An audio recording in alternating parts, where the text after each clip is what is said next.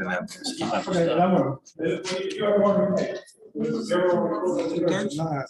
so you know, on that. 5 out of 9. Number 4. You might get to vote. Odd number I today. have to vote anyway. I have to vote anyway. Oh, I thought you only got to vote for tiebreakers. I can do it. No. Because it can end in a tie. And it's For you, so. we have 8. So the reason we added, so we had 9. I'll show you another one. Gotta go. I go 9-7-5, but No, I voted all of them.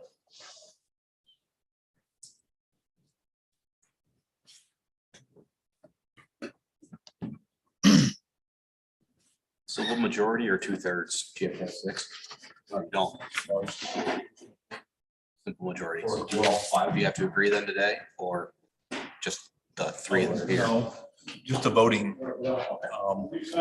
just the people here vote is how you count it. 5's a quorum, right? Yeah. Anytime you have a quorum, and then just simple majority. Yeah.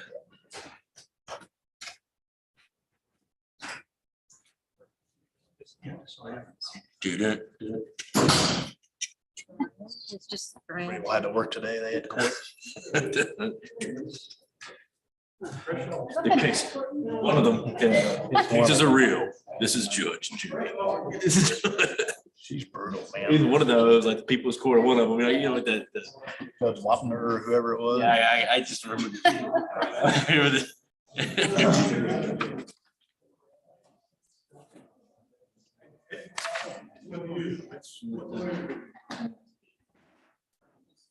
Real, the cases are real.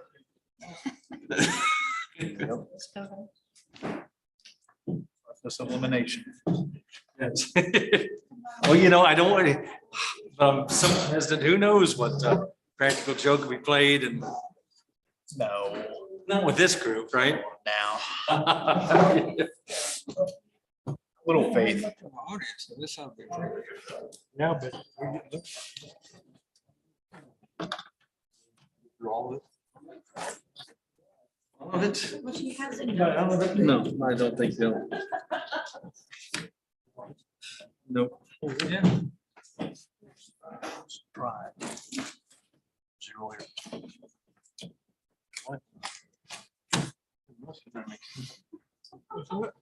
Yeah, most of it makes sense.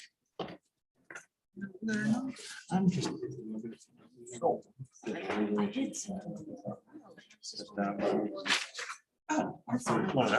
you're the engineer.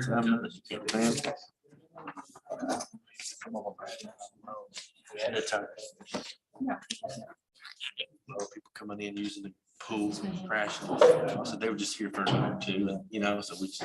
We did it. Oh, for 30 days. Like it's driving crazy, you know, the property, but no shorter than 30 days. Are you? Well, and mine does. A lot of neighborhoods might do that. Yeah, I know court reporters hate nothing more than the quit line of my investment property. I've been reprimanded more than once.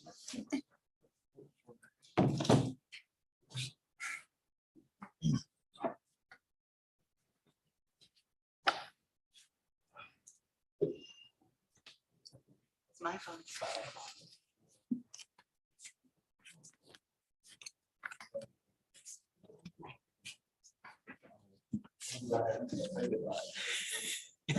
Gotta be a bargain, doesn't it? I said, hey, don't worry about that easement for 2 million, for 2.7, you can have that slide. Bargain.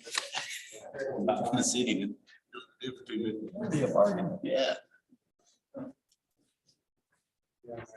Like 10 years back taxes on it.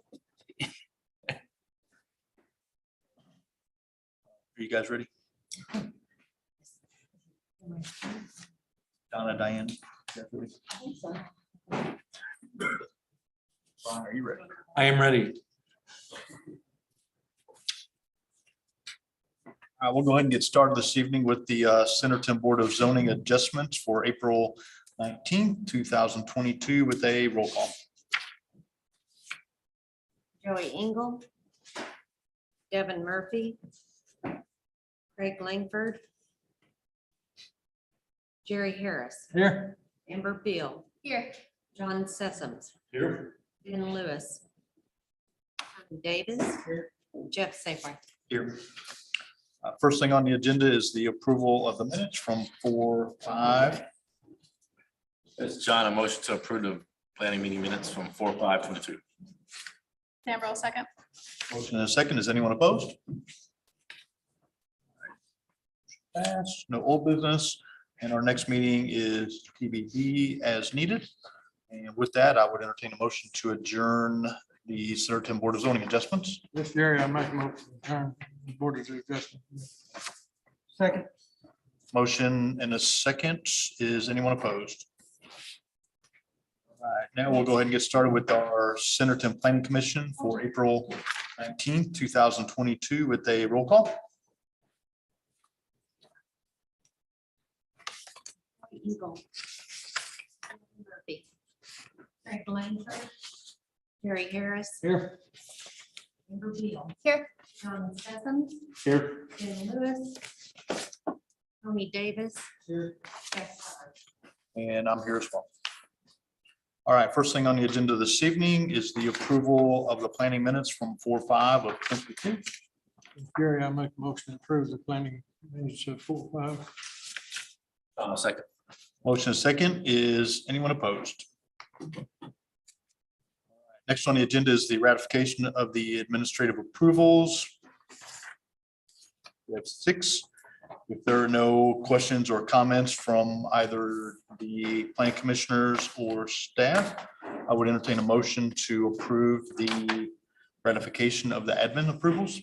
Amber, I'll make a motion to approve. One quick note. Oh, yes. On the steel development, there were some staff comments about the northern tracks not having a connection to Centerton Boulevard.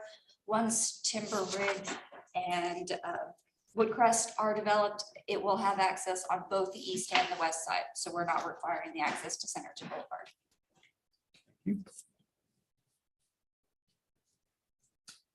Okay, this is Amber, I'll make a motion to approve ratification of the administrative approval. John, second. Motion is second. Is anyone opposed? All right. Under new business, we do have several public hearings this evening.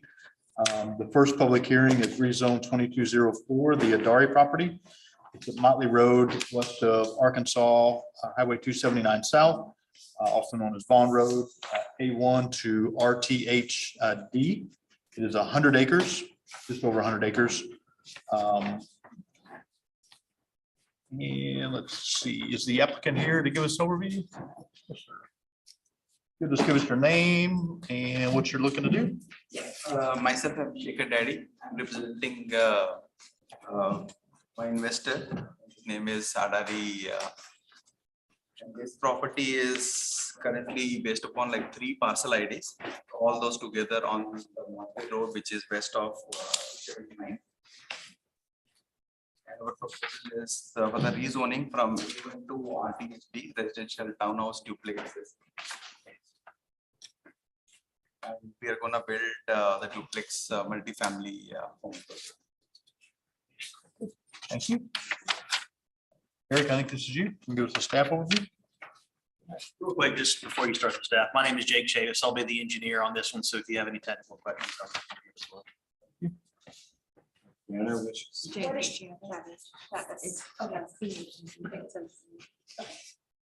All right, Eric. Rezone 124 acres from A1 agricultural to residential townhouse duplex RTHD. Upon rezoning, the applicant intends to develop the parcels as duplex townhomes. And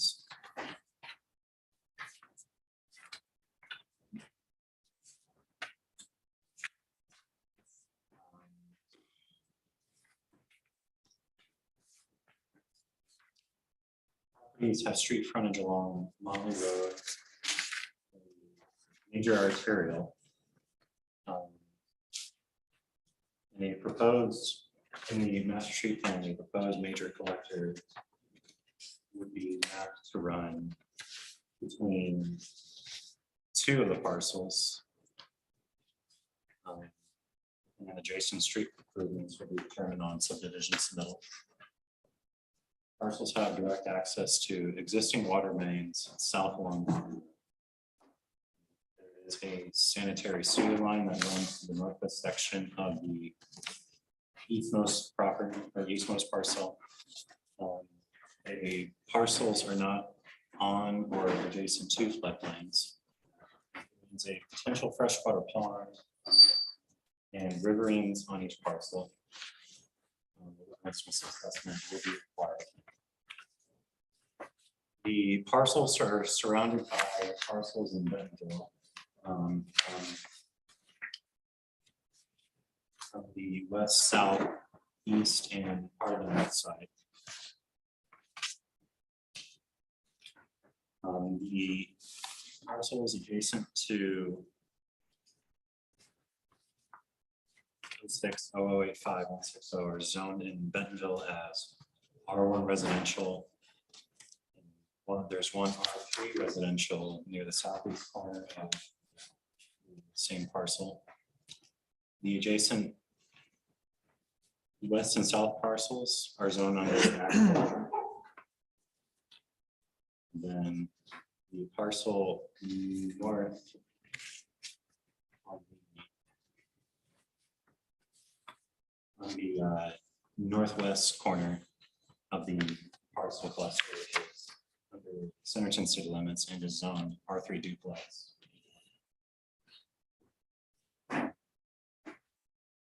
Requested zoning may be considered, requesting zoning to RTHD may be considered compatible with the city of Centerton's surrounding zoning existing uses.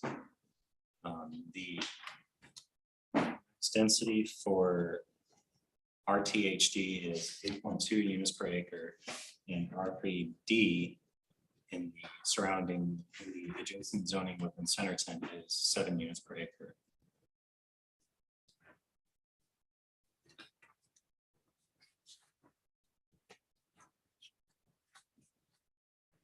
Parcels are dedicated under the land use plan as medium-high residential.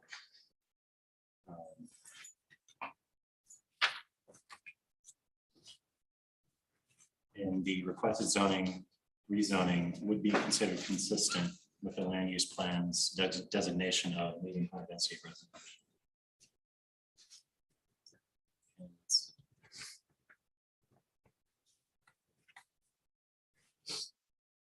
Under the comprehensive plan implementation, the following items are in consideration under the rezoning. Item 5 being the preservation of single-family residential areas within low-density residential that exists on the fringe of the city may not be consistent.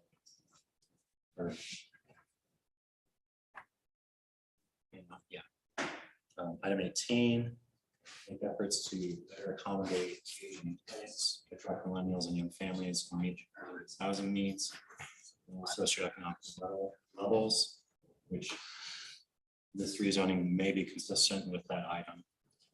Item 19, focus short-term investments on infill in order to avoid significant investment and capital involvement in greenfield areas in which the proposed rezoning may not be consistent. Item 20, prioritize the completion of subdivisions rather than the development of greenfields that will require new infrastructure, further stressing existing public services in which the proposed rezone may not be consistent. Item 22, focus new residential development in the area of the city near the new junior high to first to capitalize on the adjacency to the new school, which this proposed rezone may not be consistent. 25, provide the greatest mix of new housing options in the area,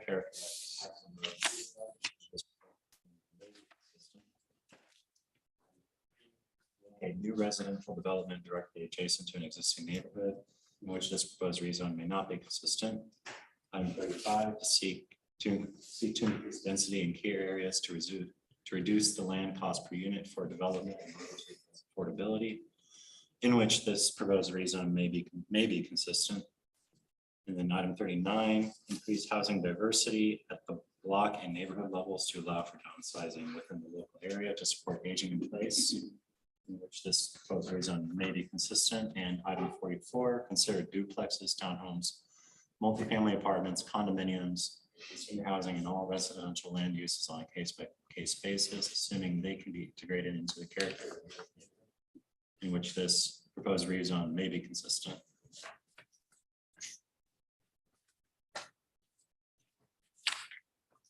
Thank you, Eric. As I mentioned, this is a public hearing, so at this time I would entertain a motion to open the public hearing. John, I motion to open a public hearing for rezone 2204, the Dyer property. Jerry, I'll second. The motion is second. Is anyone opposed? Mention this is a public hearing. If there's anyone that wishes to speak or have any questions in regards to the rezone 2204, the Adari property, again, the request is from A1 to RTHD. If you wish to speak or have any comments or questions, we'd ask that you would come forward to the podium, state your name and your address, and then any concerns or comments that you have.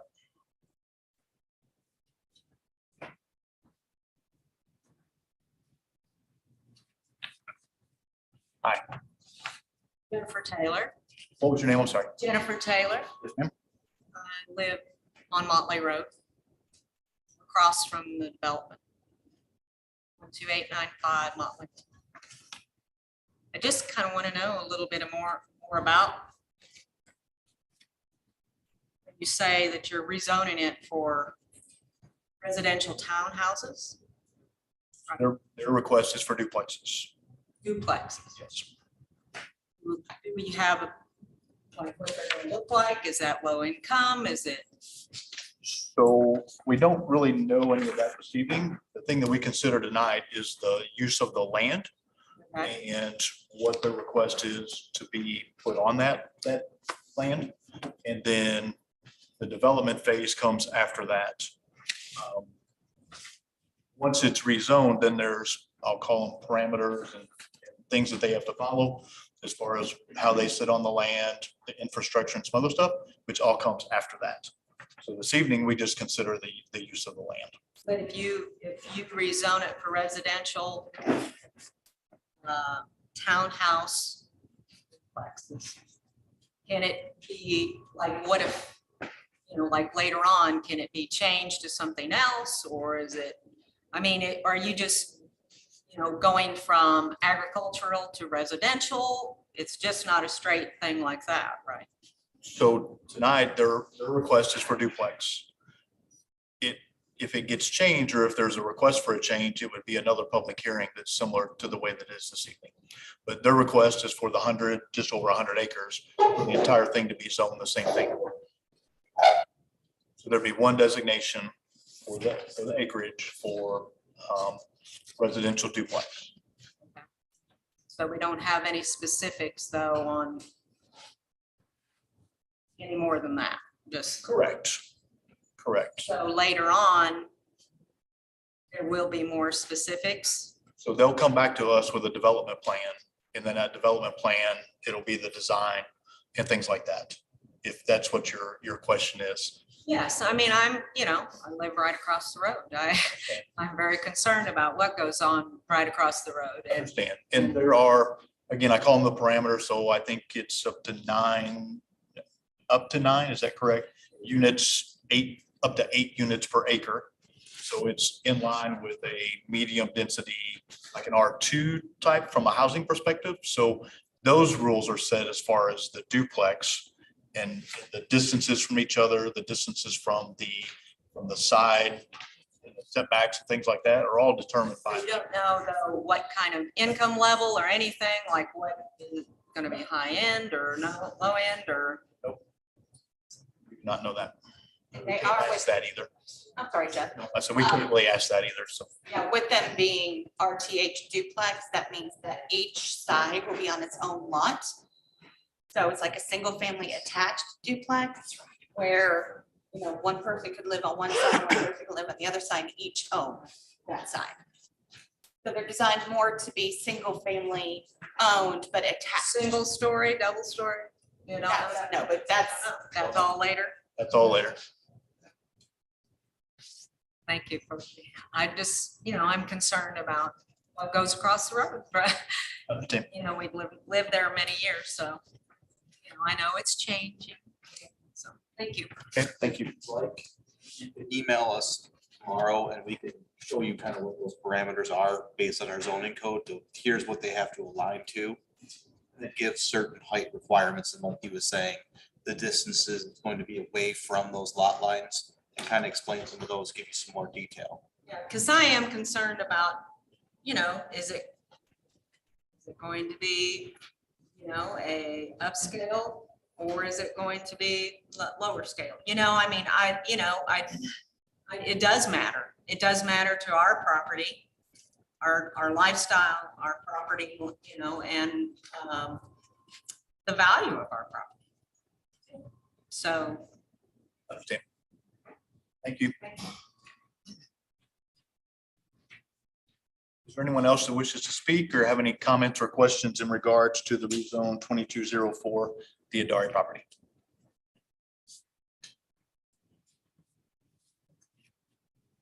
And we'll do a third and final call for anyone that wishes to speak.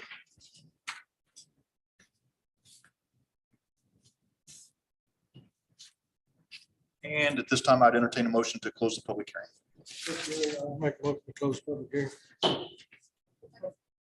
Motion and a second. Is anyone opposed? All right, before we go through the 5 things that we need to consider, are there any questions or comments from any of the commissioners? All right, first thing we have to consider is the rezoning consistent with the adopted comprehensive plan, including the adopted land use plan. If not, why? And in this case, this is consistent with the adopted land use plan. Does anybody disagree with that or have any comments? Is the proposed rezoning compatible with the surrounding area and zones? My feeling is I think about it's residential. There is residential that's out there. If you look at even what Bentonville has their land use as far as residential as well. So it would be residential type, you know, for the property. Does anybody disagree with that or have any comments? Would all the permitted uses in the new zone be compatible in this location and the surrounding areas? And again, they're asking for duplex, which of course would be residential. Again, similar to before, you know, the residential in the area. Does anybody disagree with that or have any comments? Would the rezoning provide a benefit to one landowner but not be considered for other similar properties in this area? And I don't think it provides one benefit to just this landowner. We would go through the same process for each one of the parcels that are there. Does anybody disagree or have any comments? If the public is opposed, why? Are the objections based upon factual information relating directly to this request, or opinion-based? Does any factual information presented apply to this rezoning situation? And not necessarily in opposition, but certainly a question, you know, as far as, you know, some of the parameters and what would be there, more so than just an objection, you know, to the rezone. Any additional comments or questions from any of the commissioners or staff before we entertain a motion?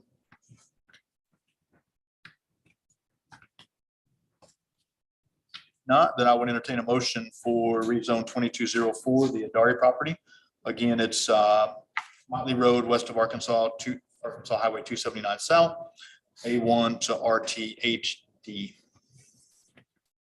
John, I'll motion to approve rezone 2204 Adari property to RTHD. Sandra, second. We have a motion and we have a second. Lorraine, if you would do a roll call vote for me, please. Yes. Sessoms, Yes. Davis, Yes. Seifert. Yes. All right, Carr, thank you. Good luck.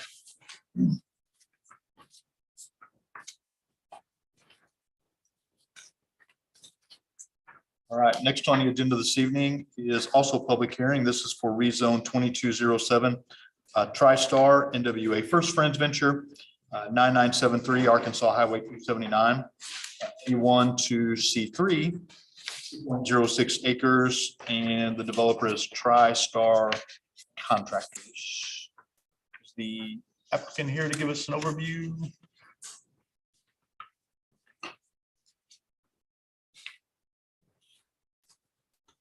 Hello.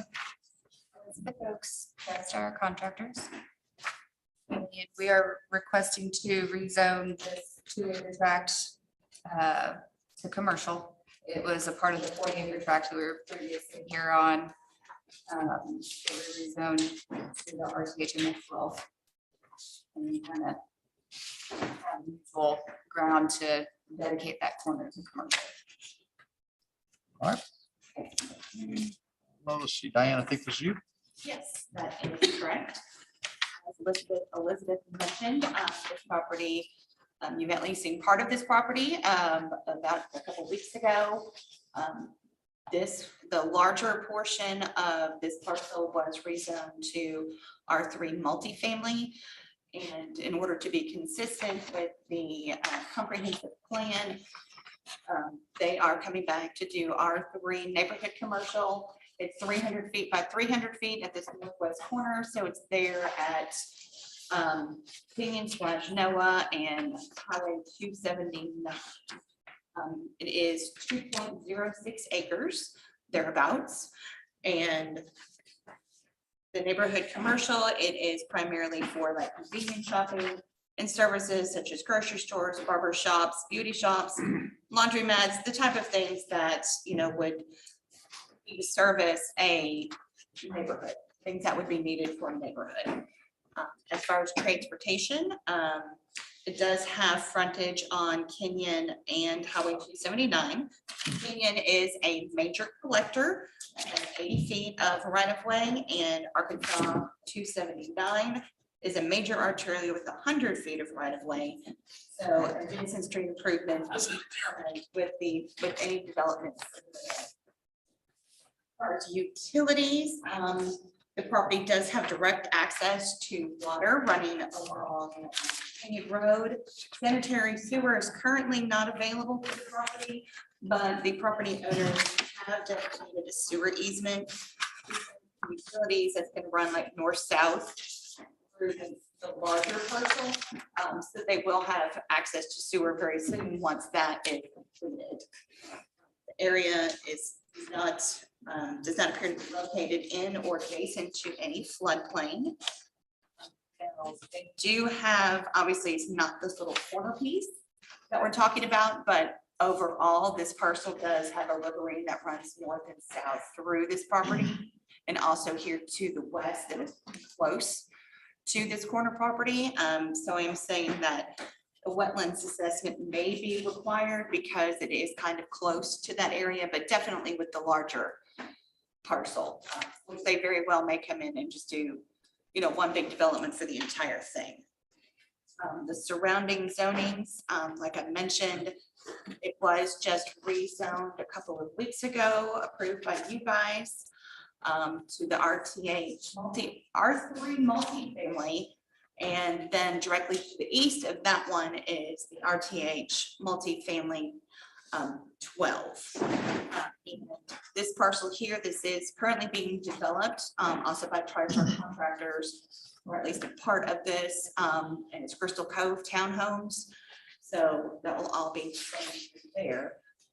But of course, on the comprehensive plan, all of this area is to be commercial. And again, you agree that it would be acceptable to not have all of this parcel as commercial, but they have come back to request the commercial, at least here on this corner. So that way we are getting commercial, especially at a corner that could very well be a busy corner, with it being a collector and a major arterial. So it does obviously it does agree with the comprehensive plan, and as far as being compatible with the current zoning, yes, because it would help to provide services to, you know, a medium high density residential. And then in your packet, you also have information on far as the comprehensive plan implementation elements, on the things that it does and that it is and is not consistent with.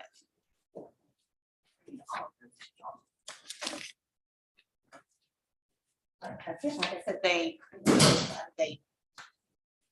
would come back to you guys and see what your thoughts were with the commercial there in that northeast corner, northwest corner of the property. Thanks, Diane. Let me know if you have any more questions. If you will also make a note that Commissioner Devin Murphy has joined us for the meeting this evening. Before we jump into the public hearing, does anyone have any questions or comments before we get started? All right, with that, I would entertain a motion to open the public hearing. Mr. Jerry, I make a motion to open the public hearing to rezone 2-07, start construction. John, a second. Motion is second. Is anyone opposed? All right, as before, if anyone wishes to speak or have any comments in regards to rezone 2207, TriStar, which again is at 9973 Arkansas Highway 279, A1 to C3. If you have any comments or questions, we'd ask that you come to the podium. Second call for anyone who wishes to speak. And third and final call. Mr. Jerry, I make a motion to close public hearing. Tony, a second. Motion to close the public hearing in a second. Is anyone opposed? All right, let's go ahead and go through the items that we need to consider. First one is the rezoning consistent with the adopted comprehensive plan, including the adopted land use plan, if not why. And I believe that it is, again, in that area, being the busier corridor and the highway and the intersection, I believe that it is. And of course, it's designated that way on the land use plan. Does anybody disagree with that or have any comments? Is the proposed rezoning compatible with the surrounding area and zones? And again, I think being that C3, you know, as Diane pointed out, some of the things that are in there from a residential, you know, necessity, if you will, barbershop, other things like that. I think that it is, you know, the uses. Does anybody disagree with that or have any comments? Would all permitted uses in this new zone be compatible in this location and surrounding areas? And again, being that C3, you know, that residential, you know, good for the residential, if you will, from a commercial perspective, I think makes, you know, it does make it compatible. Does anybody disagree with that or have any comments? Would the rezoning provide a benefit to one landowner but not be considered for other similar properties in this area? And I do not believe that it adds a benefit to one landowner. I think it would be what we would consider in this area. Any comments or does anybody disagree with that? And if the public is opposed, why? Are the objections based upon factual information relating directly to this request or opinion based? And there was no comments or opposition from the public. Any comments or questions from any of the commissioners or staff before we entertain a motion? If not, I would entertain a motion for rezone 2207, TriStar. Again, it's A1 to C3. Tony, I'll make a motion to Tony, I'll make a motion to rezone 22-07 TriStar Development. Motion and a second. Lorraine, do a roll call for me, please. Tony Davis, Yes. John Sessom, Yes. Amber Beal, Yes. Mary Harris. Yes. Ed Murphy. Yes. And Deb Sykes. Yes. Thank you, guys. Good luck. All right, next on the agenda this evening is also public hearing. This is for rezone 2206 steel development. This is at 1230, 1250, and 1270 West Centerton Boulevard, A1 to C2. It's 11.96 acres. With the owner development is steel development. Is the applicant here to give us an overview?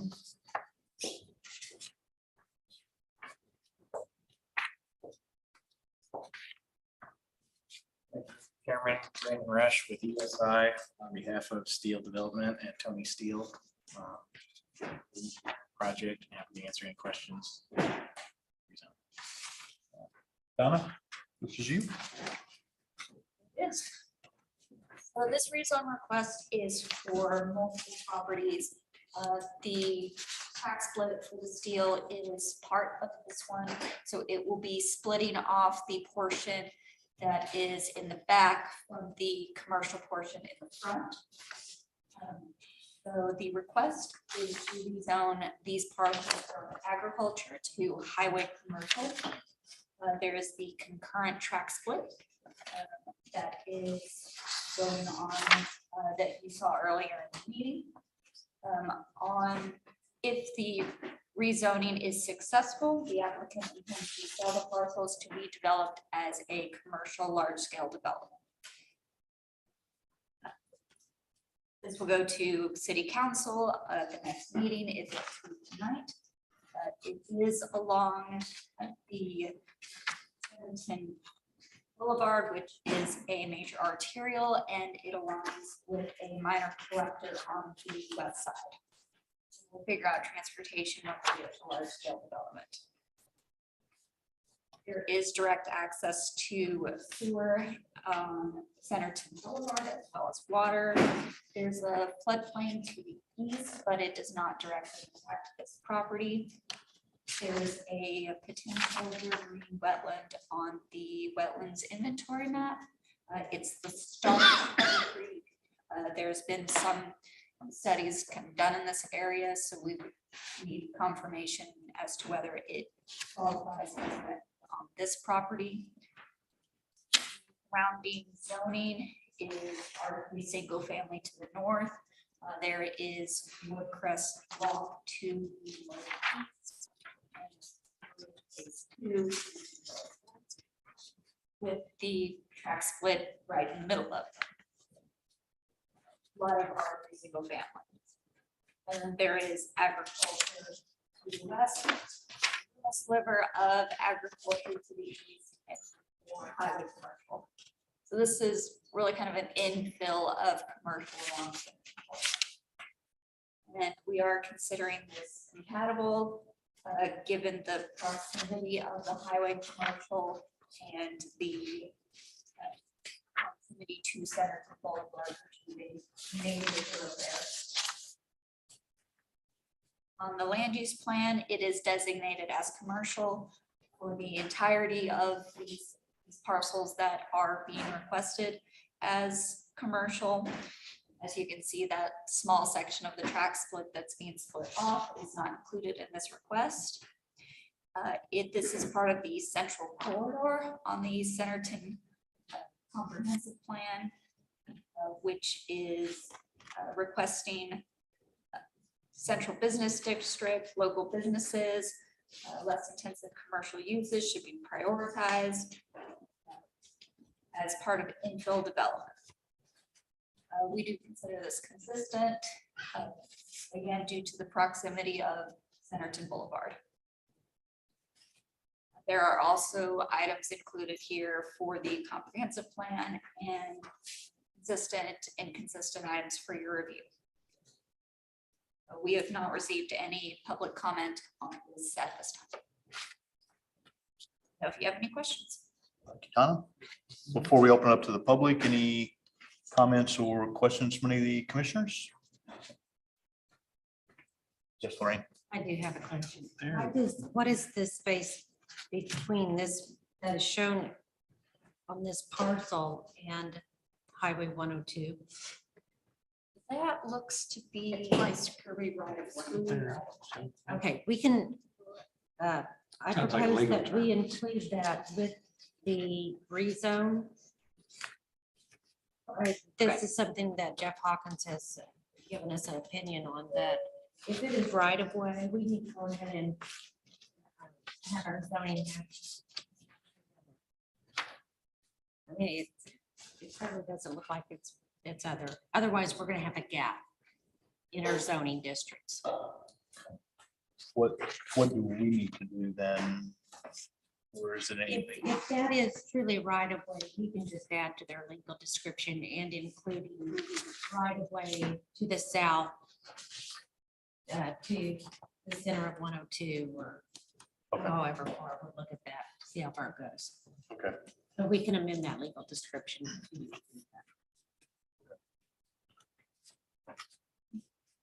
You have an opportunity for a public hearing now. So I would entertain a motion to open the public hearing. On a motion to open public hearing, zone 2206, steel development. Second. Motion and second. Is anyone opposed? Again, we are open to the public now. If anyone wishes to speak, have any comments or questions in regard to rezone 2206, steel development. Again, it's at 1230, 1250, and 1270 West Centerton Boulevard.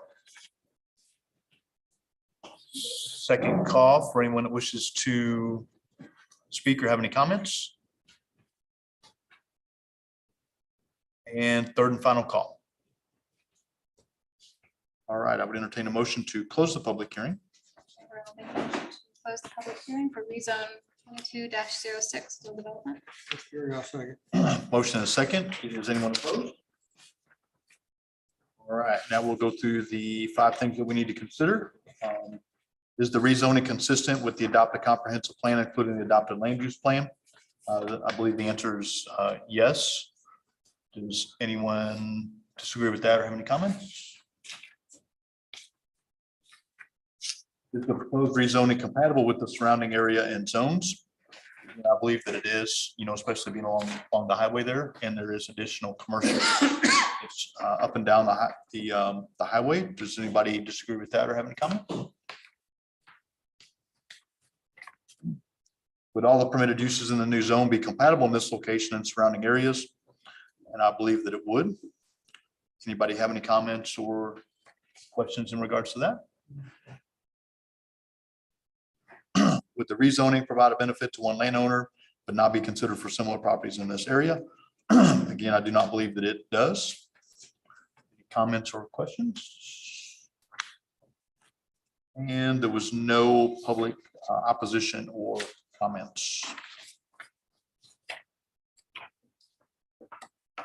Any questions or comments other than Lorraine's comment in regards to cleanup, I'll call it, of right away to make sure that it's included. Any other comments or questions? If there are not, then I would entertain a motion for rezone 2206 steel development, A1 to C2. This is John, I'll motion to approve rezone 2206 steel development from A1 to C2 with the language added for the right of way inclusion. Second. Motion and a second. Lorraine, if you'll do a roll call for me. Yes. Kevin Murphy, Yes. Tony Davis, Yes. Howard Sessoms, Yes. Jerry Harris, Yes. Jeff Seifert. Yes. Brandon. You can text the roadhouse. Out back. All right. Next on the agenda this evening is a public hearing as well. This is for conditional use 2203, Highway 72 fireworks tent at 11507 Highway 72 West. As a reminder, it is zoned C2 and it's 5.4 acres. Steve, did you buy that shirt before or after?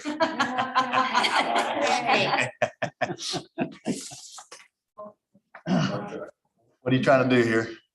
A real bird. Mr. Chairman, last year we came before you for a conditional use permit for 1 year for a fireworks tent that would be set up in June, the tent about mid-June, sell through July, and then come down immediately following the July 4th season. And then also be put up again in mid-December, sell through New Year's Eve. Excuse me, and then be taken down immediately following the New Year's Eve. If you'll remember back, COVID caused shipping problems. My supplier was not able to get us fireworks, so we did not have it in June and July. We did have it over the new year and it was very successful. They've come back to me and asked if we can apply for this year again. So I brought all my things down and had a conversation with planners, and they recommended that we go for a 5-year conditional use for the fireworks tent. The only thing that we changed from the original design was that the RV was shown originally right by the tent, and for convenience for the owners of the fireworks company, we moved that RV back against kind of up on that would be on the east side of my building, so they could plug in to the electric and so forth. And then we also had a temporary electric pole that we showed on the original plan, and they were able to use extension cords that they had made plugged into my existing facilities. So we removed that from this 5-year request. Everything else is exactly the same. They did follow all the rules. We did have the fire marshal out. He got his approval. He was very happy, I believe, with everything that they did, and it was very successful, and we look forward to 5 more years. Any questions from any of the commissioners before we open up to the public?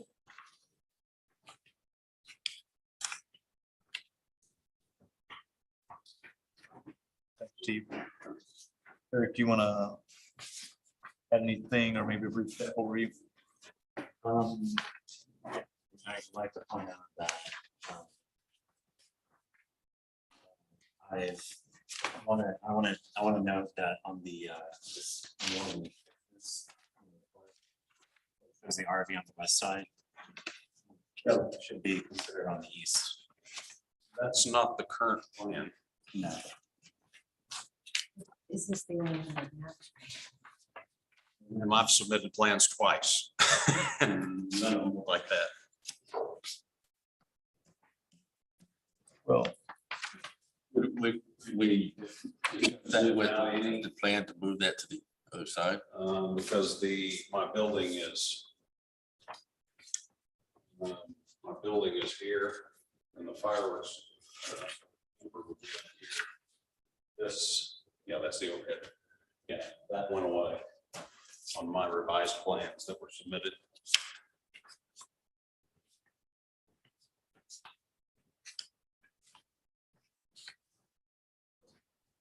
Look to see if I can get to it.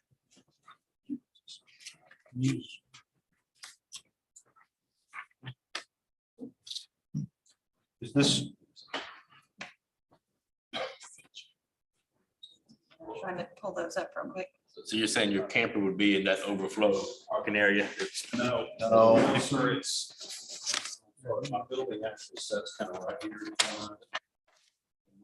Camper from here last year up here, so it's It's alongside your building. a long ways. it's right here. So I this see. is his building and the camper was actually parked here last year. Right beside his building. We have about 3 acres out there for parking, so parking is not really an issue. We showed those just to show we have plenty. I think Diana's. gonna be there. In case y'all didn't see, Yeah, but it still shows the overhead electric.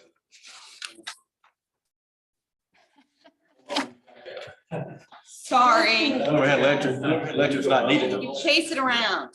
he's gonna park it right here. Yeah, but you said that overhead electric's not needed anymore, right? You're able to connect it to your building. No, sir. Yeah, it's not, just a little bit more.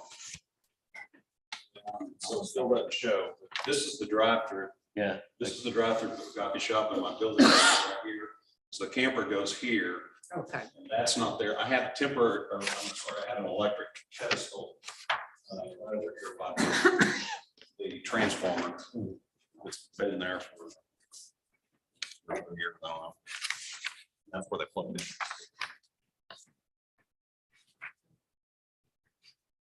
So the camper is beside the building like that. Yep. Yes.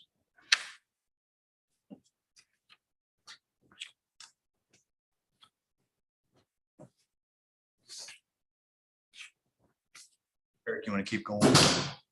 Right.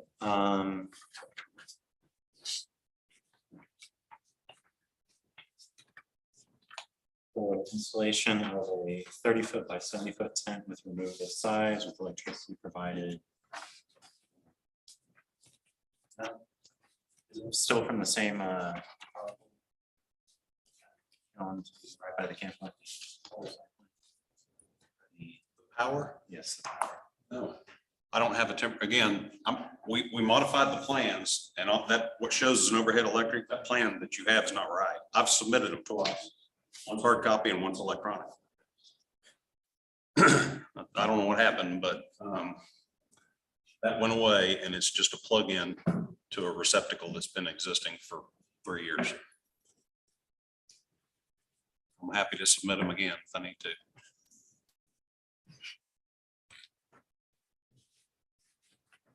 I think we could handle it. I mean, you're gonna get a fire approval each year, right? Yes, sir. So Absolutely, yes.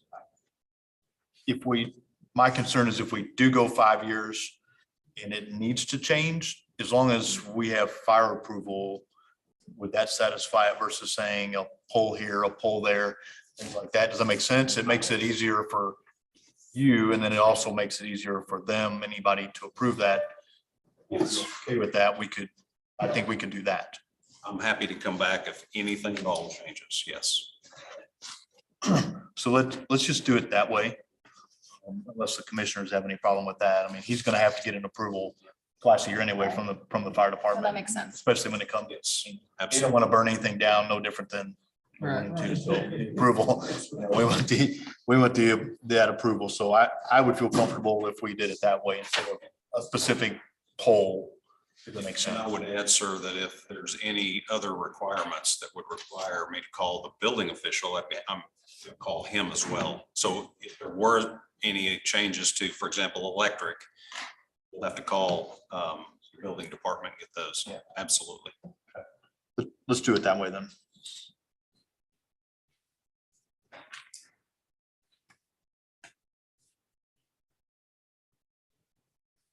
I'm gonna skip ahead, Eric. Is that okay? All right.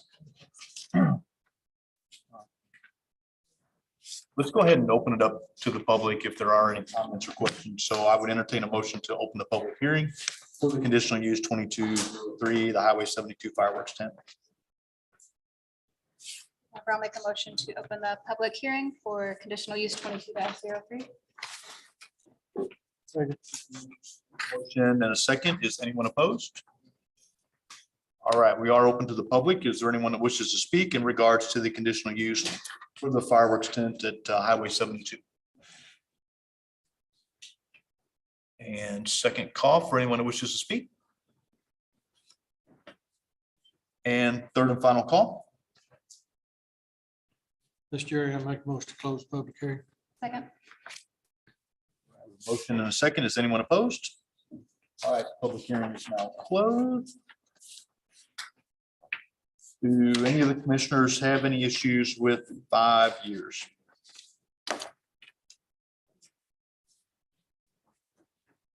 And it's a conditional use, so if anything does go awry or there's any complaints, we do have the opportunity for it to be withdrawn at any given time, for that. So 5 years. Jeff, I actually thought we approved multi-year to begin with last year. I think it was just one, it was 3 years, but he decided he wanted to go ahead and extend it.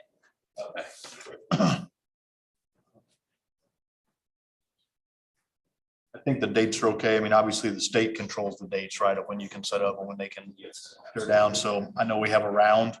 I think that's okay. Of course, the tent size, the electric, we had a discussion around the fact that it would be approved, based upon the fire department inspection That's an annual inspection.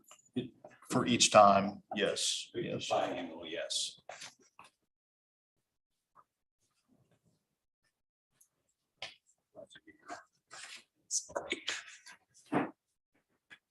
Any other questions or comments from any of the commissioners?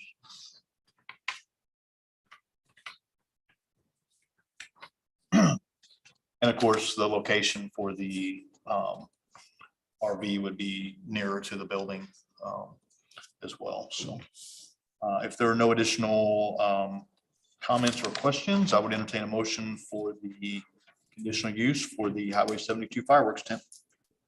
Mr. Jerry, I make a motion to approve CU 22-0372 West fireworks tent. Mr. Tony, I second. Motion and a second. Lorraine, if you'll do a roll call for me, please. Kevin Murphy, Yes. Tony Davis, Yes. Amber Beal, Yes. Jerry Harris, Yes. John Sessions, Yes. Devin Murphy. Nope, we got him. Jeff Seifert. Yes, Did I get everyone? You don't get 2 votes. I believe so. Thank you, Steve. Good luck. Thank you very much. Hey, Steve, just, I know you submitted them. If you get a chance, just make sure they have. I will bring with the lands. Thank you. All right, next on the agenda this evening is a public hearing as well. This is for conditional use 2204 for Vanta's Airbnb. This is a 1401 Abbey Lane. It is zoned R2. It is in the Tamaron subdivision. The lot is 0.26 acres. And the owner is Vantas Estates Capital LLC. Is the applicant here to give us an overview or what they're requesting? So I think it's going to be just me today. All right, Donna, will you give us a staff overview? Yes, so this is an existing home in the neighborhood. So the request is to use the home as an Airbnb. The hours would be 2 p.m. to 11 a.m. The owner would be the only employee. She would be doing the cleaning. There would be a maximum of 8 guests. The parking would be in the driveway and garage. The zoning is R2 within the Tamaron subdivision, so it's surrounded by R2 single-family lots. Parcel is located at the intersection of Abbey Lane Drive and Sweet Briar. At that T where Sweet Briar and Abbey Lane changed names. And the utilities were all built out in the neighborhood. So the special conditions are standard for what we've seen in the past with Airbnbs. We have received several emails which are included in your packet from neighbors in the area who are concerned about people staying short-term and limited background checks from Airbnb. An email that we received late in the day that didn't make it into the packets from Kyle Williams, which was similar in scope to the other emails we received. We also got a phone call from Kevin Myers and Denise Myers, similar in nature, generally opposed to the Airbnb. Denise Myers expressed some concerns about, stated that the grass had been about 12 inches earlier in the year. If you have any questions, let me know. Your comments are included. The other comments are included. Were received too late to be in there. Remind me where Tamaron is. I was trying to look at it on the map. 279 south. And Fish it's hatchery. it was like one of the first, fish hatchery and Bush Road. Is this a 4? There are some photos of the house and a floor plan included later on in the packet. They have active neighborhood covenants or anything that has to be approved for through their POA or anything like that? Active covenants, I guess, that are on file. I'm not sure if they're active. I can't answer that, unfortunately. Any other? I just didn't want to approve something that they're, they can't, and then we have. I guess they would overrule at the end of the day, based on that. So let's go ahead and, of course, we have the comments that are included in the packet from the public. We also have a few additional comments that Donna shared as well. So this time I would like to entertain a motion to open the public hearing for conditional use 2204 for the Vantas Airbnb. John, a motion to open public hearing for conditional use 2204. Motion and a second to open the public hearing. Is anyone opposed? All right. Is there anyone here that wishes to speak or have any comments or questions in regards to the Vantas Airbnb? Mr. Chairman, I'm Heath Glenn, 1340 Sweetbriar Circle. Heath Glenn. Heath like candy bar. A number of concerns. One, what the city's stance is on Airbnbs in residential areas. I know other communities in Northwest Arkansas have certain guidelines concerning Airbnbs. I don't know what those are. I haven't done the research on it. I do know that. My concern is if we set precedents, are more people going to tag on to this, and then we have a multifamily, or not a multifamily, but a residential neighborhood, which would be single family, that is now has a lot of Airbnbs, which I look at as a business, not a single family home. Our intent when we moved in there was to have single family homes. The upkeep that was brought up, that grass has been considerably high. I don't know if it was a rental prior. It's my understanding that it was. And now they're asking to be an Airbnb. You know, we drive by that every day and have to look at it. What the screening process is for the people. I have heard the price per night is around $250. If you divide that by 8 people, you're looking less than $40 a night. I'm not sure what kind of clientele that's going to bring into the neighborhood. So those are the concerns that I would have. You know, it's just what we're getting as a community in there. They're inherently, those people don't have ties to the neighborhood. They don't have ties to keep it up, and then we have to deal with it. So that would be my concerns. Thank you. Anyone else from the public wish to speak or have any comments or questions in regards to the conditional use 2204, the Vantas Airbnb?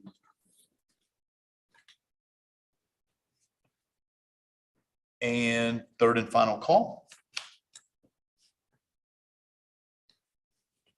And I would entertain a motion to close the public.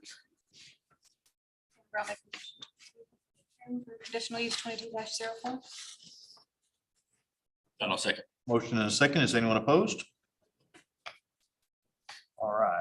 To answer your question about the city, we do not currently have anything in place in regards to Airbnb. I'll call them rules, regulations, whatever you want. So that's the reason that we have the conditional use permit in place, so that we can entertain the public, and then we can also put conditions on it if it were to be approved.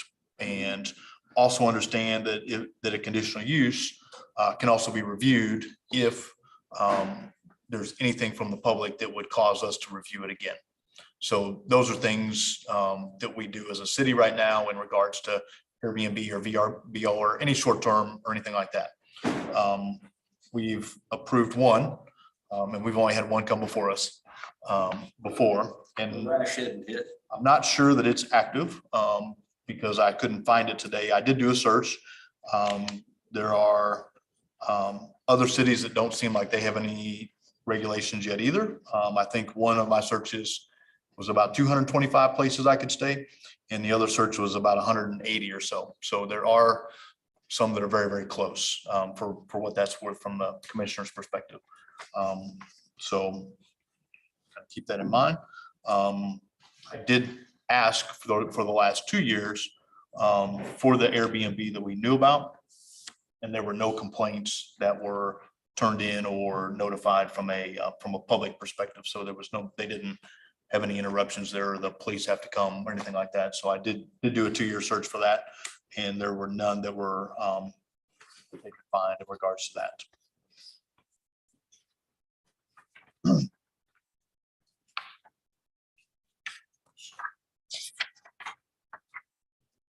The hours were stated for us. If I may, sir. If you'll come up just so we can hear it, and That was another concern, is the hours of operation did not make sense to me. It was 11 till 2. so they check in at 2, check out by 11, Okay, check in at 2, check out by 11. Okay. giving them a couple hours to clean it and Correct. make it available.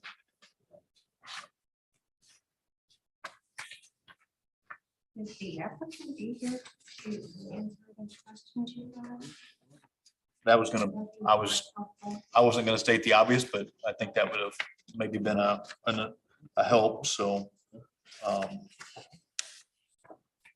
there any other comments or questions from any of the commissioners in This is regard to Jerry, this? I'd just like to make a statement that my family stays in Airbnbs quite frequently. We just this past week, spent a week at Airbnb in Kentucky. There's one in Bentonville that my family stayed in twice now.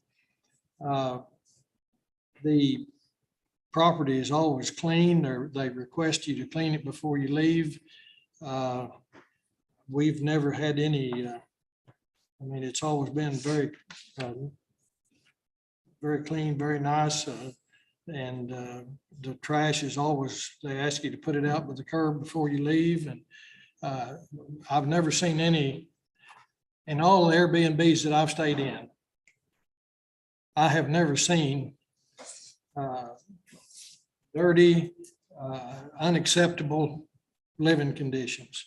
The cars are parked in the driveway. They look just like a neighborhood. They are in residential areas.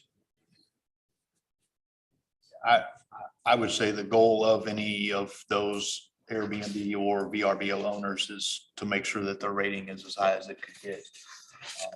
Or else they don't get continued people, right? So I think that's a good valid point, Jerry. So thank you for sharing that.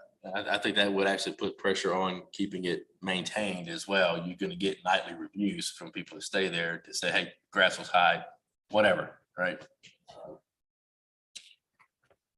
And I think, like Jeff said, I think the conditional use is a very powerful thing, a tool that the city has, to where if there are a lot of component things don't work out the way that the owner intends, we can always readdress that.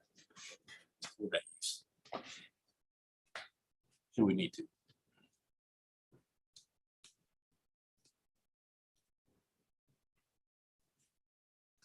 Thinking, are there any other questions or anything that we need to ask or know for us to either make a decision this evening, or of course, we have the opportunity to deny, or we have the opportunity to table if there were questions that we did have of the applicant.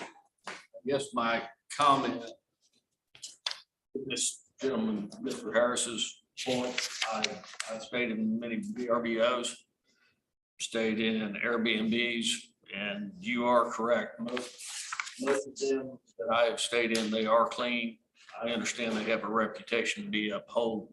But I also have the past history on this house of how it's been upkept in the last year, and that's a concern. The lawn wasn't mowed yesterday. I understand we're doing the season, but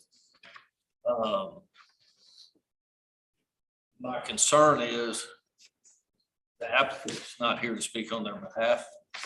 And what I heard from the young lady over here is the neighborhood, I didn't hear anything for it. I heard mostly against it. So I guess that would be my comments to you as the board, if you vote on it. All right, Jeff, I think that's a valid point. If that's something we should table if the applicant's not here to answer public response or the questions that neighbors may or may have. Yeah, I mean, That was gonna be my comment when Not here. the person did, or the owner didn't even send a representative. So why, if they're not willing to take their time to come talk to us, or send a representative to come talk to us, how serious are they about this? I'm gonna throw my 2 cents in just from me. I have used many an Airbnb, VRBO with absolutely no problems whatsoever. I just recently was retained by a 19-year-old who rented one, had a party for her underage sister, did $83,000 worth of damage to the house. And I think 16, 17 teenagers were arrested in it. So I mean, there's 2 sides to it, absolutely. But anyway, I just thought I'd add. They get a credit card at 19 years old. Mommy and daddy. Daddy rented that house. I mean, I don't have anything against Airbnb. I mean, Yeah. I think they're a great resource. But my whole thing is that if you're gonna ask me to approve something, at least have a representative come up Yeah. and be able to answer any questions. I mean, I think there are some questions. I mean, we could, they're asking for indefinite. We could certainly put a very short time frame on it. Would be another option instead of an indefinite. We could even go as short as 3 months, 6 months. I mean, we have those options as well. To consider, to be a shorter review versus an indefinite period and things like that. So if there's no other questions or comments, I think there are a few questions. Obviously from commissioners in regards to, the property in the intent. So if you guys, I would entertain a motion. And again, there's 3 options. One would be to approve, and of course, we would do a public vote. We would do Brian's positive motion, and then we would have a vote on it, or we could elect to table it. Of course, if it gets tabled, then the applicant would, come before us in the future. Jeff, I'd like to make a motion to table conditional use 22-. It's John, I'll second. We have a motion and we have a second to table. Lorraine, if we'll still do a roll call for me, please. Just, Yes. Mary Harris. Yes. Amber Beal. Yes. John Sessom. Yes. Bernie Davis. Yes. Jeff Suffer. yes. Okay, you'll let them know that we tabled it because we had a few concerns and would like some follow-up. If they have an interest in. So Heath, it's tabled. Okay, they will get an opportunity in the future. So just kind of keep that in mind that Being a table, will it be they won't have to notify though, because it's, it won't be a public hearing? they're.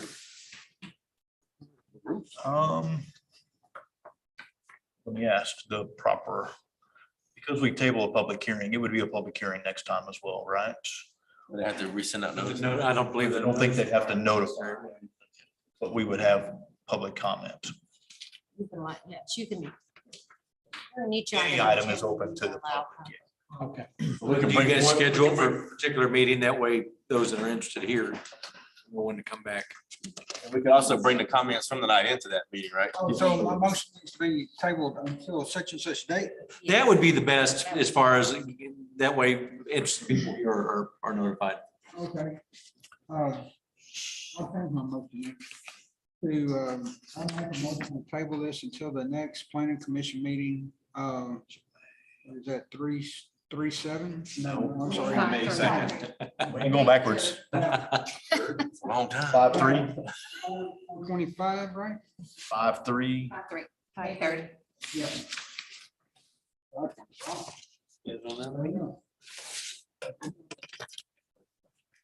So, all right, so motion and a second. Does anybody change their vote? So Heath, it has been tabled until our next meeting is when we would consider it again, which is on 5/3. I would say if there are issues with the property, there are ways to certainly notify the city so that they can review any issues with that. Okay, so if it really does get to 12 inches, there's people in here that'll help try to take care of that, okay? Thank you. All right. Next on the agenda is subdivision 2205, The Pines, Phase 3, final plat. 11505 Walters Road. It is zoned R3 single family.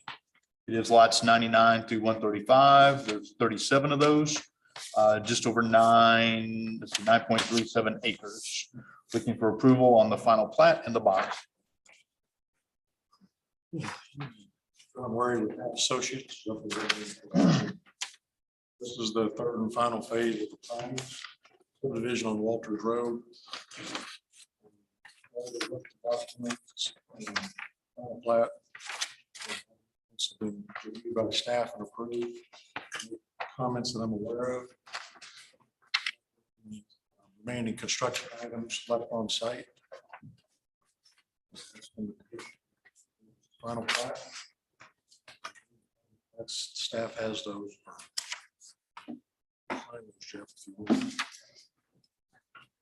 Thanks, John. Lost them. Answer any questions you have. I looked at them before I left the building. Eric, staff overview.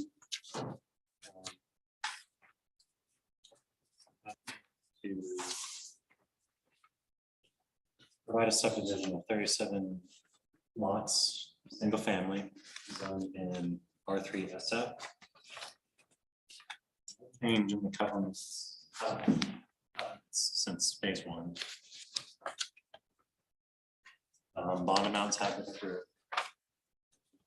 And proceed, they just turned in the hard copies tonight.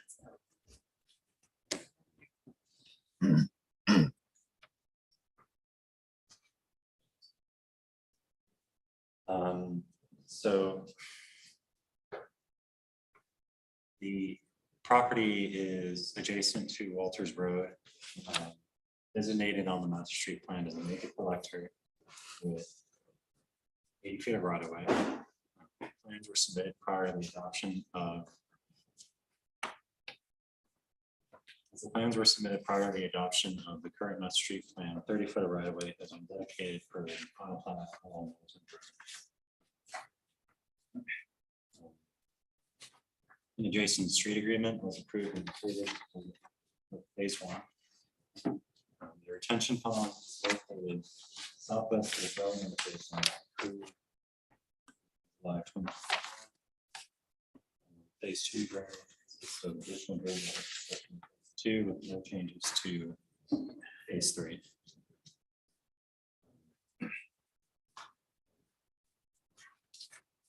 Site work has been completed other than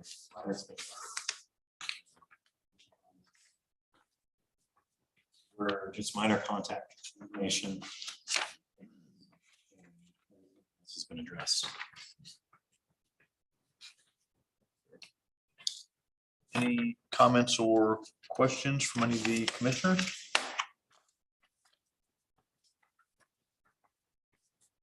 If not, then I would entertain a motion for subdivision 2205, the Pines, phase 3, final plat, units, final plat and bonds. John, motion for subdivision 2205, Lions phase 3, final plat. Motion and a second. Is anyone opposed? Yeah. Thank you. Well, tree count. He's not here to count trees. No, he's not here to count the trees, so. Sticking up for him. All right, next on the agenda is development 2117, the Schmidt mini storage, large scale development. This is on the south side of Highway 102. Approximately 950 feet east of North Tycoon, 6 acres, zoned I2. And sir, how are you tonight? Good, thank you. Just want to give us a overview of what you guys are looking to do. Yes, first of all, it's my first time to be before you. My name is Tim Lemon, engineering, and it's a pleasure to be here tonight. And I love your new building. This is very nice. Thank you. This project is located west of town on the south side of the highway. It's a proposed storage facility, approximately 6 acres in size. And Basically, if you have any questions, I'll be glad to answer. All right, thank you. Donna, you want to give us a staff overview?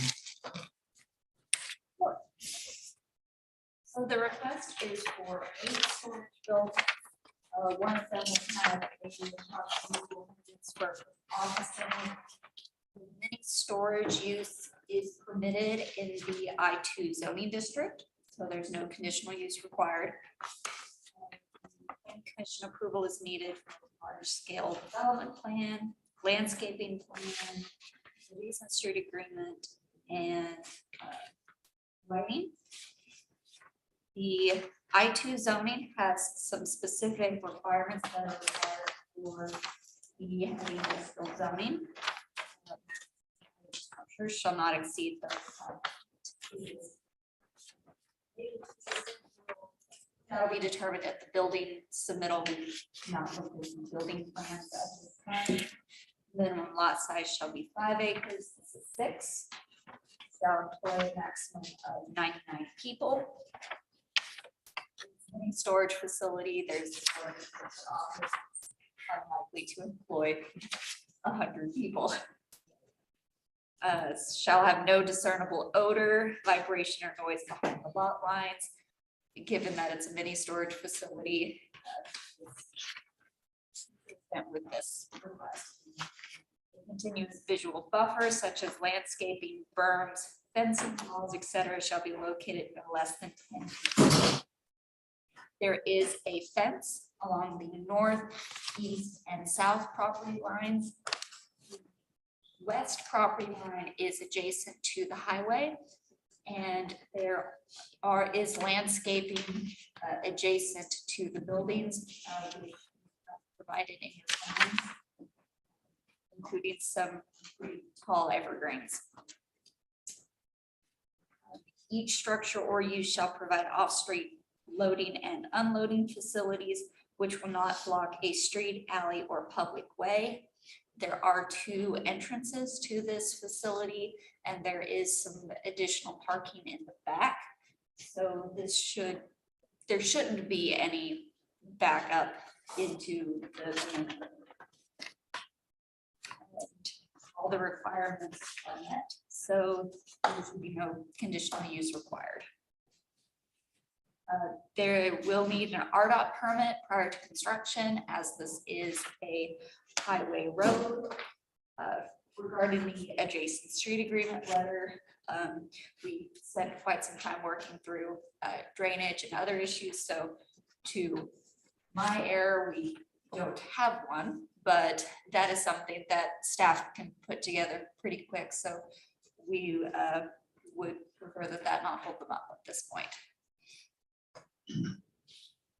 The utilities, there is public water available along the highway. There is not sanitary sewer, so they are requesting to have a septic tank contain the flow from the bathroom with disposal by a honey wagon. That is something that they have been talking with Centerton Utilities and the building department regarding, and they'll have to get approved with the building. There is hard surface parking along the front at the office, which does meet the recommended parking total for the office. And it's all parking along the back. The landscaping plan includes landscaping along the front. The laurels are included outside of a bed. I did mention that will increase the maintenance, but that is not something that would be a major comment. Staff has reviewed the drainage report and recommends it for approval. Most of this is flowing to the south and it exits at a midpoint near the property line. There are 2 drainage swales. There's one on the north property line, one along the south property line, and they flow towards the back where you can see on the grading plan, there is more of that drainage detention area. Lighting is included at the site entries. There is not currently lighting indicated internal to the site.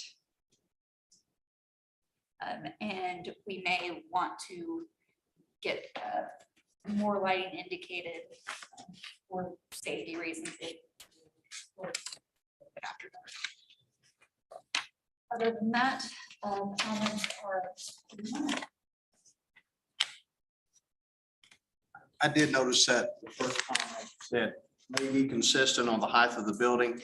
I would expect the highest point of our building, the very top of the roof, would be approximately 19 to 20 feet off the ground. So we're going to be well within that 36 foot. How do you plan on control? Will there be control like on each entrance, or how do you plan on doing that? There's actually a gate planned between buildings G and F, a gate between F and D, a gate between D and C, and then between C and F. There will be gates there that are only open during operational times. So it's not a 24/7 access then? No.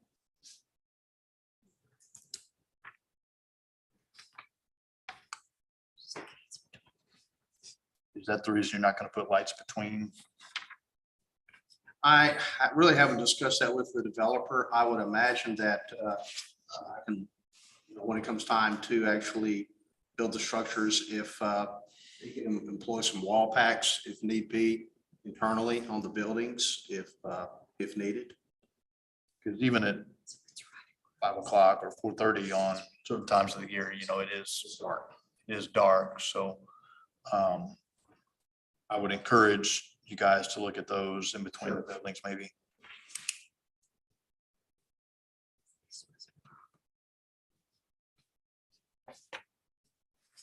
Is it necessary to have two accesses off of the highway? Well, because that is such a tight turn there, we're afraid if somebody comes in with a trailer that, you know, having the ability to pull off the highway and then circle around the building if need be.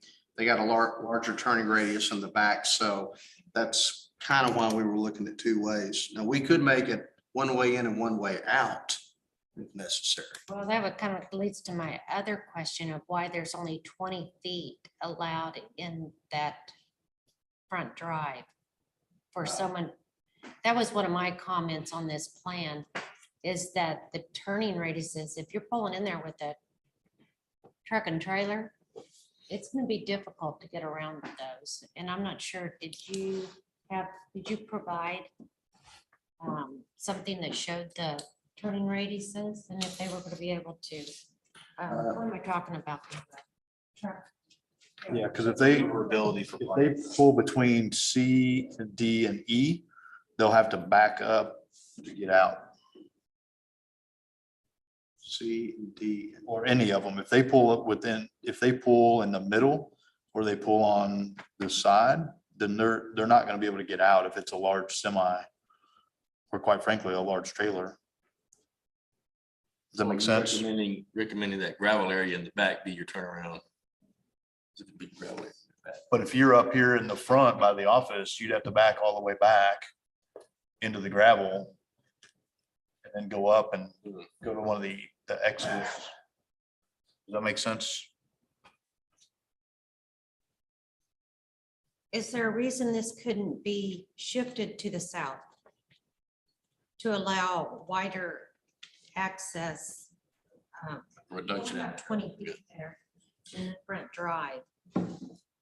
It's very narrow. Let me ask you this, between buildings G and H, we have 25 feet. You know, we could narrow that down to 20 feet. Same thing between buildings D and E and buildings A and B. So we could open that up a little bit if necessary. Now, as far as building F and building G, We actually don't have much of a pinch point. If you cannot walk over towards this. Yeah, absolutely. You know, the only place you really have a pinch point really is right here where we have 20 feet. In gotta- here, you have 25 feet here, you have 25 feet there. So I believe what we could do is shift this building this way 5 feet and will give us a full 25 feet throughout. But the turning radius is what we're talking about. So if you're driving the semi, you, according to you, if I pull in that entrance and I drive down and I manage to turn it around and pull between the buildings, then I have to back the semi down and then go back over to between the buildings to an exit. There's no way that I can turn out, that I can pull up there and turn in 20 or 25 feet, I don't think. If you just did one access in the middle of that property across from the drive, across from that, and shifted this southward, then they would be able to pull in and make the turns to where they needed to go. That would save you a whole driveway also in permitting.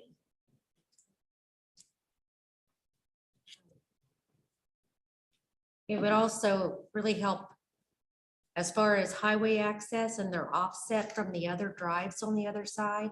That ends up really causing issues for us in the city with everyone. If two people are trying to make left turns and they don't know who's gonna go first. And I've hauled a lot of trailers and I've driven big trucks, and I having a nice wide entrance and room to come in and then know where you're going, figure out where you're going with.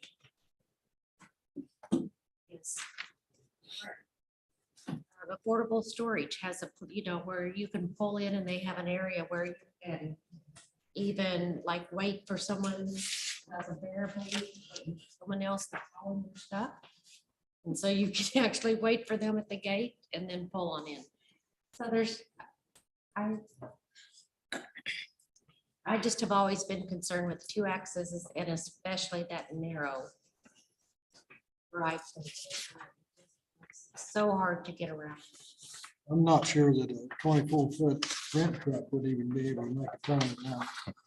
I don't agree. I think it needs a little more, I think we need a little more, bit more information about traffic flow to help us understand that.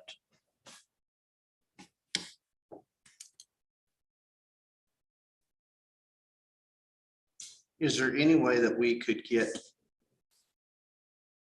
contingency approval on what we have and we come back, we can just work with staff on this?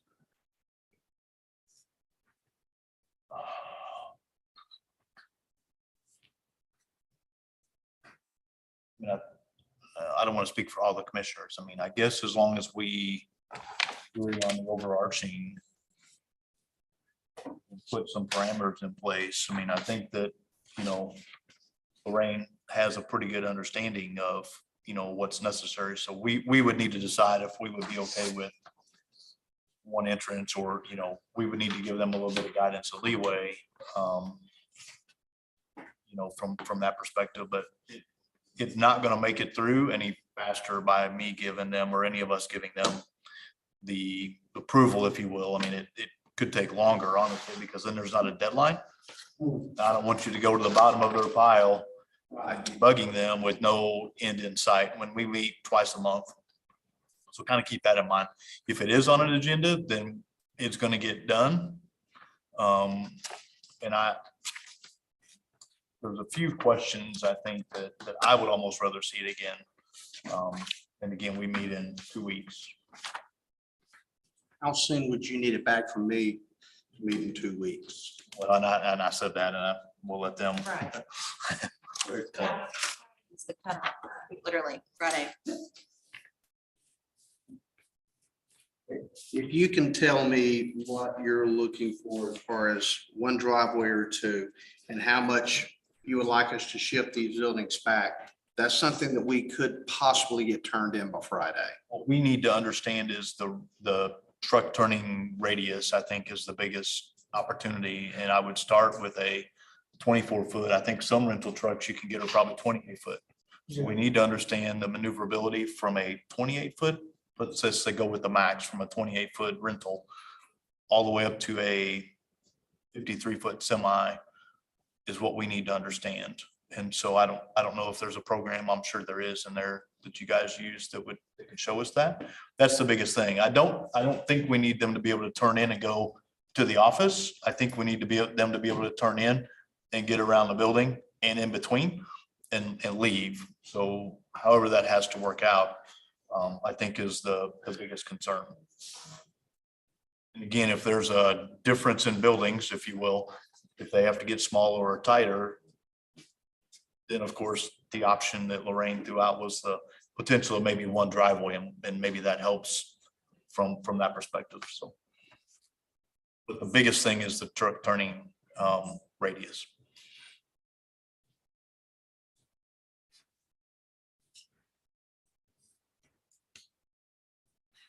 If I was to simply push these buildings back 10, 15 feet to give more maneuverability in the front, and of course the back is wide open, could we get that done as a contingent approval? I mean, and leave the two driveways there.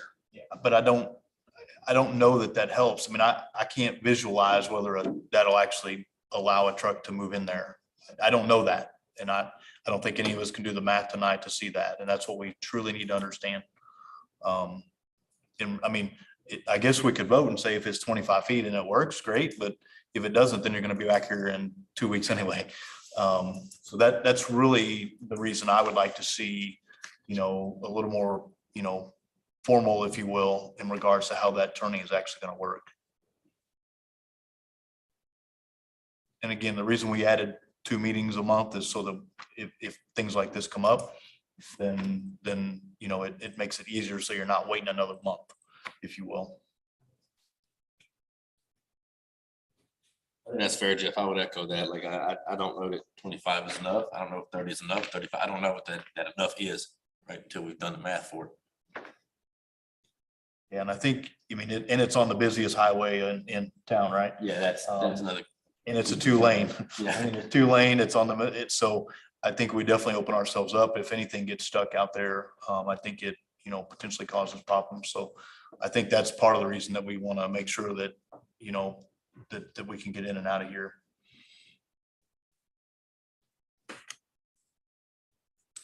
Any of the other commissioners feel any different than deal with traffic all the time, so yeah.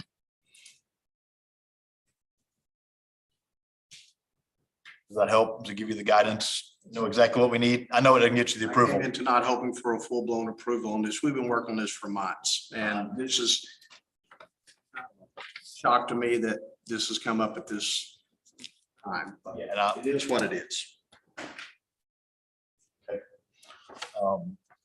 So our best thing is probably to, I guess we do need to table it since it was on the agenda this evening, and then I don't put the agendas together, but hopefully they're friendly next time that you're on the agenda for us. So do we need to specify a date? Would you be able to get that turned in time, or do you need to go? It's 2 days. I don't know. Y'all need it by close of business Friday. To be approved and ready to come back to you guys, reviewed by all staff by Friday, end of day.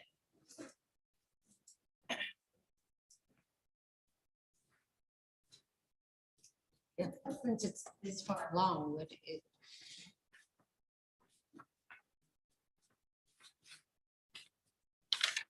It might could be Monday. Yeah. That would help giving you the weekend. That help me, Troy? You give me till closing on Monday, I got a shot. Yeah, I think I can probably do that. I might can tell you about Friday, but I don't know. What kind of work? All right, so we'll plan on the next meeting. And again, don't hesitate to reach out to the staff if you have any questions or comments, especially as you start moving a few things around. This will be the May 3rd meeting, so It is, yes, May 3rd. well, right. Thank you. With that, I would entertain a motion to table the development 2117 until May 3rd. Mr. Jerry, I make a motion to table development 21/17 till May 3rd meeting. I'll second. Motion and a second. Is anyone opposed?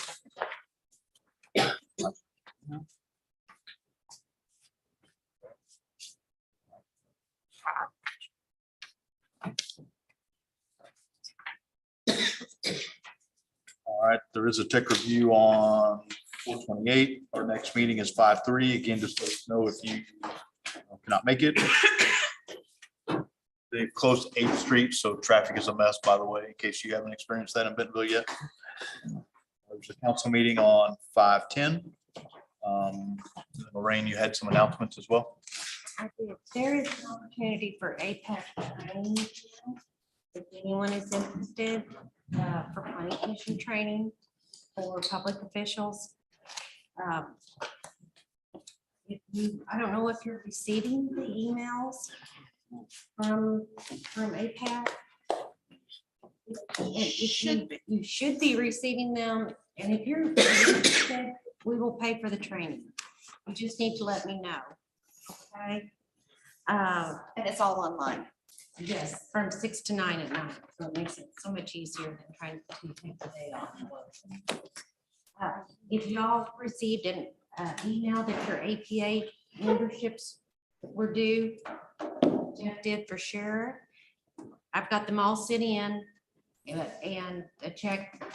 I contacted them because there's no way for me to pay your individual memberships through your account. Because you each have accounts set up with your passwords. So, but they did allow me to do it kind of how we did it last year and just do one check for all of you. So I wanted to let you know. You received that. And so you should be getting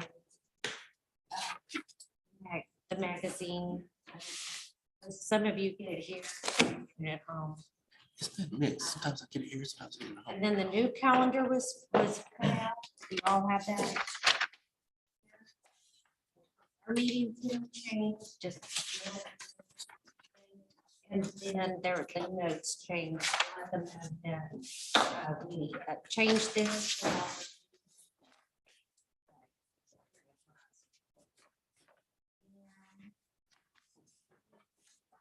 Administrative assistant position has been posted. We don't know when for sure.